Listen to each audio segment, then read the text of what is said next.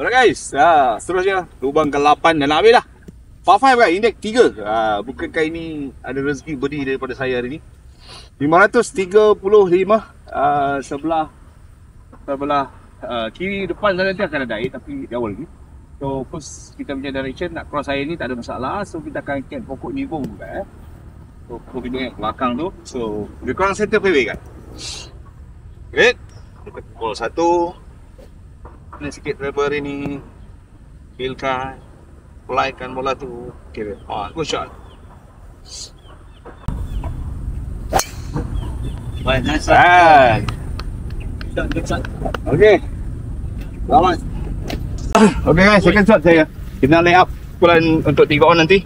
Kita lap center, kita ambil direction bang dia saja. Sebelah kanan ada hazard, sebelah kiri pun ada pokok Jangan susah kerja, cari kerja. Tolak straight. One shot it.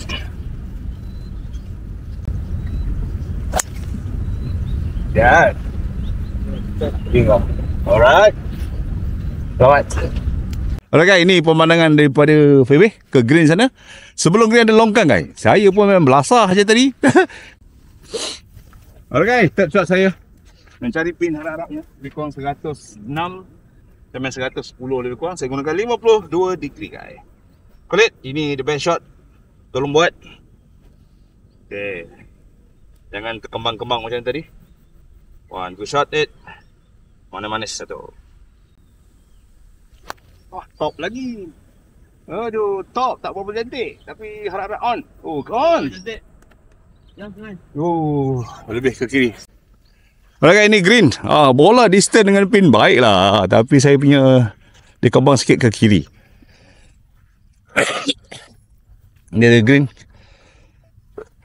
Masa ni first 9 ni dia banyak hollow tining baru dalam proses lagi. Saya ingat 2 minggu lagi cantik dah ni.